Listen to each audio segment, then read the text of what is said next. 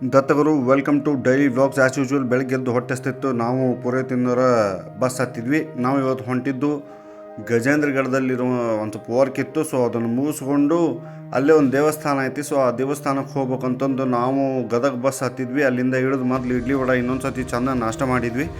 ಅದಾದಮೇಲೆ ಪಟ್ಟ ಚಹಾ ಕುಡಿದ್ವಿ. ಯಾಕಂದ್ರೆ ಚಹಾ ಇಲ್ಲ ಅಂದ್ರೆ ನಮ್ಮ ತಲೆ ಓಡೋದು ಇಲ್ಲರಿ, ಅದು ಯಾವುದಕ್ಕಾದ್ರೂ ಸಹಿ ಮೊದಲು ಚಹಾ ಬೇಕು. ಸೊ ಅಲ್ಲಿಂದ ಓಲ್ಡ್ ಬಸ್ ಸ್ಟ್ಯಾಂಡಿಗೆ ಬಂದ್ವಿ ಗದಗ.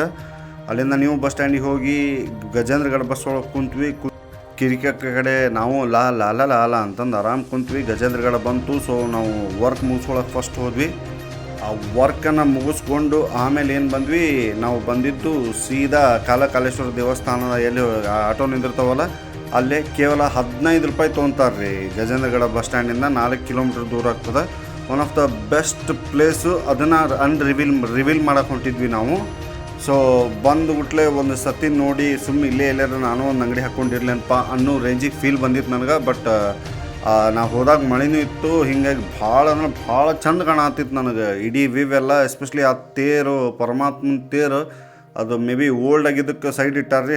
ಅದು ವಿಜೃಂಭಣೆಯ ಕಾಲದೊಳಗೆ ಹೆಂಗೆ ಇರ್ಬೋದು ಅಂತ ಒಂದು ಸತಿ ವಿಚಾರ ಮಾಡಿ ಗಣಪಕ್ಕೆ ಕೈ ಮುಗಿದು ನಾವು ಮೆಟ್ಲ ಹತ್ತಾಕತ್ವಿ. ಅಲ್ಲಿ ಎಲ್ಲ ಕಡೆ ಬಜರಂಗ್ ಬಲಿಗಳು ನಮ್ಮ ಸಂಬಂಧ ವೇಟಿಂಗ್ ಮಾಡ್ಕೊತ ಕುಂತಿದ್ರು. ಅದು ದೀಪ ಸ್ತಂಭಗಳನ್ನು ನೋಡಿದ್ವು ನಮ್ಗೆ ಭಾಳ ಖುಷಿ ಆಯಿತು. ಇನ್ಫ್ರಾಸ್ಟ್ರಕ್ಚರ್ ಇರೋದು ಗುಹೆ ಒಳಗೆ ಐತ್ರಿ. ಅದನ್ನು ಒಂದು ಸತಿ ನೋಡ್ಕೊಳಕ್ಕೆ, ಕಣ್ತುಂಬ್ಕೊಳಕ್ಕೆ ಎಲ್ಲರೂ ಹೋಗಲೇಬೇಕಾದಂಥ ಪ್ಲೇಸ್ ಅದು.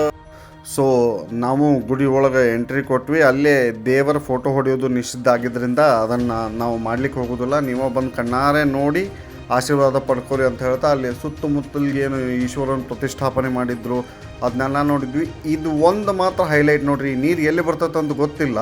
ಅದಾದಮೇಲೆ ಬ್ರಹ್ಮದೇವರ ದೇವಸ್ಥಾನ ಒಂದು. ಇದನ್ನೆಲ್ಲ ನೋಡಿಕೊಂಡು ನಾವು ಖುಷಿಯಿಂದ ಹೊಳೆ ಬರೋಬೇಕಾದ್ರೆ ನನ್ನ ಪುಣ್ಯಕ್ಕೆ ಪರಮಾತ್ಮ ನನಗೆ ಪ್ರಸಾದವನ್ನು ಕರುಣಿಸಿದರು.